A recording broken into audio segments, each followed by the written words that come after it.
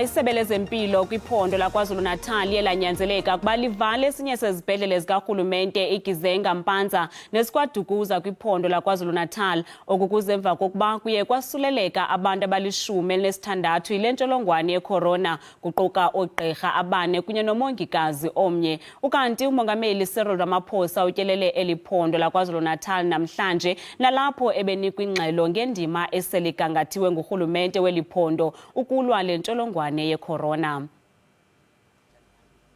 Umongameli Cyril Ramaphosa utyelele iphondo laKwaZulu Natal nalapho anikwa ingxelo yinkulu baphathiswa umnumzana Sihle zikalala ngendima esele igangathiwe leliphondo ukulwa lentsholongwane yeCorona. Ukanti isebe lezempilo kweliphondo lilavala isibhedlele eKZN Mpanza saKwaDukuza emva kufunyaniswa kwabantu abanentsholongwane abalishumi elinesithandathu kuquka oogqirha abane kunye nomongikazi. Inkulu baphathiswa KwaZulu Natal umnumzana Sihle zikalala unike ingxelo umongameli Cyril Ramaphosa ngomsebenzi abawenzayo kweliphondo.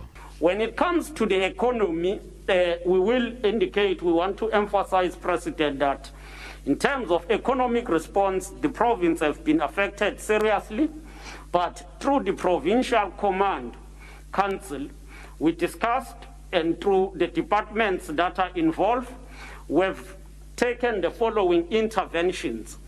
The provincial SEZ, in particular the Dube Trade Port and the Richards Bay Industrial Development Zone, waived the payment of the rent by their tenants who are affected for 3 months.